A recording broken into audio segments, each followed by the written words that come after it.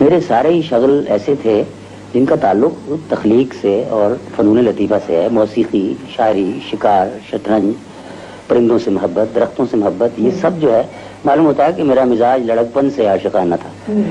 شاعری اصل میں شروع میں نے دراصل اس لیے کی کہ یوں لگتا تھا مجھے کہ جو خوبصورت چیزیں باہر میں فطرت میں دیکھتا ہوں وہ میرے بس میں نہیں آتی، میری گرفت میں نہیں آتی اور نکل جاتی ہیں اور چلی جاتی ہیں.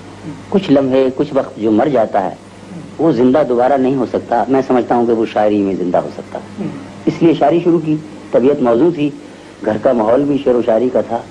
گھر میں ہمارے میر انیس پڑھا جاتا تھا. نانا میرے موسیقی کا شوق رکھتے تھے اور میر نذیر حسین ناشاد، میر نرنگ، یہ ہمارے شہر میں بھی اچھی فضا تھی. کتابیں گھر میں بچپن میں ہم نے شیخ سعدی پڑھا، فردوسی پڑھا، یہ سب چیزیں پڑھائی جاتی تھیں ہمیں بچپن میں. قرآن حکیم، پورا آہنگ، پورا لہن جو تھا وہ ایک شعر کی طرف تھا. پھر ایک اور بات ہے جو سب سے مجھے اہم نظر آتی ہے. جب میں نے پہلا شعر کہا مجھے یاد نہیں، مگر یوں لگتا ہے یہ شعر تھا میرا پہلا شاعر کہ قبول ہے جنہیں غم بھی تیری خوشی کے لیے، وہ جی رہے ہیں حقیقت میں زندگی کے لیے. تو مجھے یوں لگا، اتنی خوشی ہوئی کہ شاید اس سے پہلے مجھے کبھی کسی چیز کی خوشی نہیں ہوئی. اگر مجھے شعر کے علاوہ اتنی خوشی کسی اور کام میں ہوتی تو میں شاعری نہ کرتا. مجھے یاد پڑتا ہے کہ کچھ پنواری تھے شہر میں، کچھ ٹانگے والے تھے، ان سے تمہارا بڑا یارانہ اور ہمدردی کا تعلق تھا. ان کا تم ذکر نہیں چلے صاحب. تعلق تو اب بھی میرا ان سے ہے. ابھی پرسوں مجھے اسپتال میں ٹیکسی والوں کا ایک وفد ملنے آیا. کہنے لگا صاحب اخبار میں پڑھا ہے آپ کو طبی امداد کی کچھ کمی ہے، کچھ دقت ہے، تو یہ لیجئے ہم کچھ اکٹھا کر کے لائیں. میں نے کہا نہیں. تو اسی طرح سے تمہیں یاد ہے کہ مجھے بڑی خوشی ہوتی تھی. ایک ٹانگے والا مرحوم میرے ٹھیک مر گیا بابا، اس سے میری دوستی کی بنیاد ہی یہی تھی کہ میں نے ایک دن بارش ہو رہی اس سے کہا ٹانگا کہ بھائی چلو گے گھر میرے کرشن نگر. اس نے کہا کہ کیوں صاحب؟ میں نے کہا بھائی لے چلو. کہنے لگا میں نے بڑی بڑی سواریوں کو انکار کیا، اس بارش میں، اس برکھا میں کون جائے گا؟ تو میں نے کہا بھائی میں شعر کہتا ہوں. کہنے لگا کوئی شعر سناؤ. تو جب میں نے یہ شعر سنایا کہ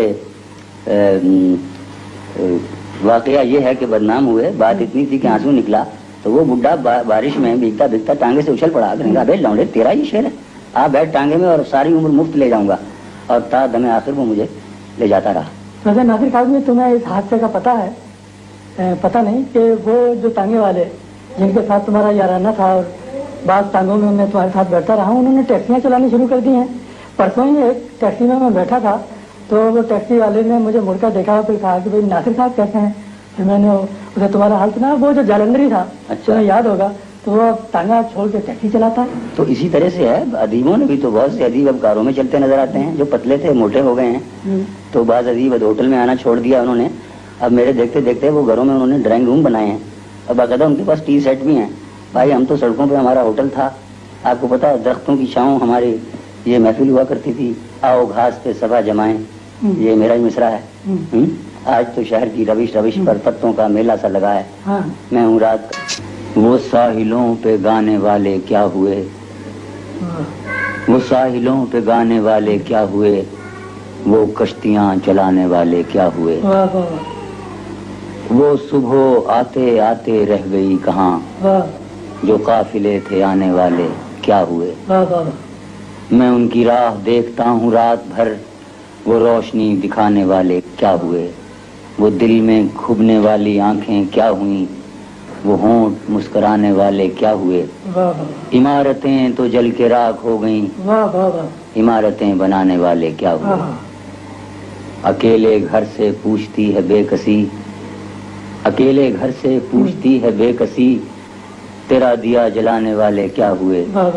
یہ آپ ہم تو بوجھ ہیں زمین کا، یہ آپ ہم تو بوجھ ہیں زمین کا، زمین کا بوجھ اٹھانے والے کیا ہوئے. یہ آپ ہم تو بوجھ ہیں زمین کا، زمین کا بوجھ اٹھانے والے کیا ہوئے.